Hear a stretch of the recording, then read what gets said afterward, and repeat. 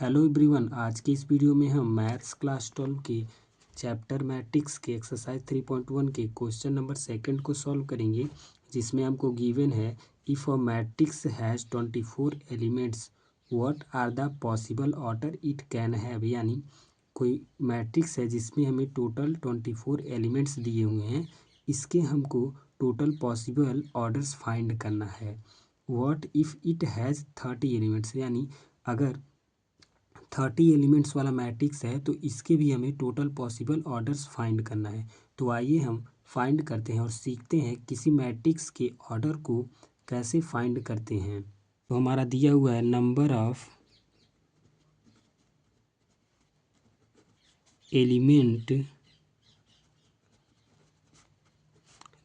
Elements हमारा total कितना दिया हुआ है 24।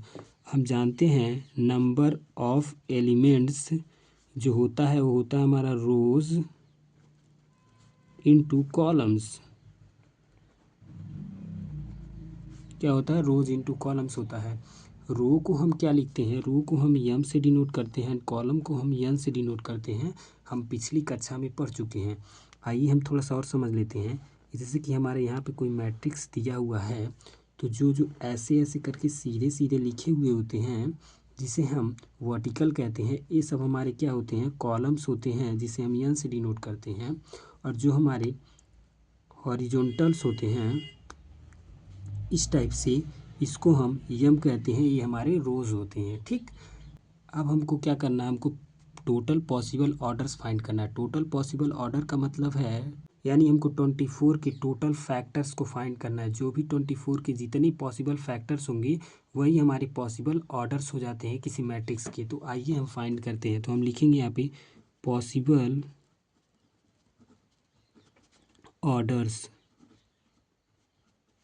पॉसिबल ऑर्डर्स में हमारे हो जाएंगे 24 इंटू 1, यह एक हमारा ऑर्डर हो गया मैट्रिक्स का। ठीक, और लिख सकते हैं 1 इंटू 24, ये भी हमारा 24 ही होगा मल्टीप्लाई करने पे, ये भी एक ऑर्डर हो गया।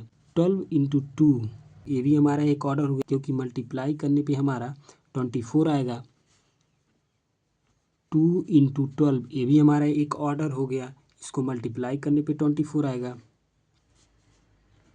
6 इंटू 4, ये भी हमारा एक ऑर्डर होगा, क्योंकि मल्टीप्लाई करने पे 24 आएगा। 4 इंटू 6, ये भी हमारा एक ऑर्डर होगा, क्योंकि मल्टीप्लाई करने पे 24 आएगा। 3 इंटू 8, ये भी हमारा एक ऑर्डर होगा, क्योंकि मल्टीप्लाई करने पे 24 आएगा। 8 इंटू 3, ये भी हमारा एक ऑर्डर होगा, क्योंकि मल्टीप्लाई करने पे 24 आएगा। अब हमारा टोटल पॉसिबल ऑर्डर जो होगा वो कितना हो जाएगा? 1 2 3 4 5 6 7 8 हो जाएगा। यही हमारा आंसर हो गया।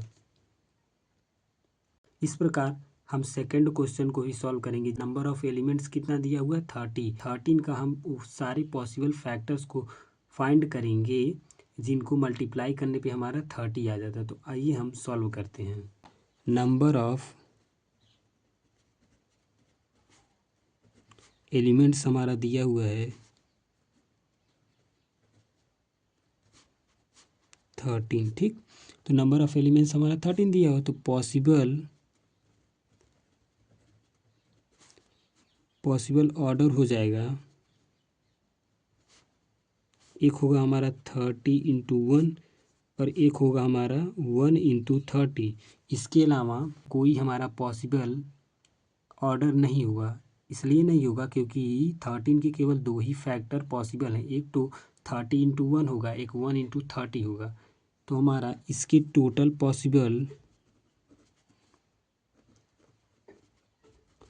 पॉसिबल ऑर्डर्स जो हो जाएंगे वो हो जाएगा 2। यहाँ से हमने किसी भी मैट्रिक्स के ऑर्डर्स को फाइंड करना सीख लिया कि आखिर किसी भी मैट्रिक्स के ऑर्डर को कैसे फाइंड करते हैं। और हमारा उसमें पॉसिबल ऑर्डर को पूछे तो उस पर्टिकुलर नंबर का फैक्टर कर लेते हैं। जितने भी फैक्टर पॉसिबल होते हैं वही हमारे क्या हो जाते हैं? Total possible orders.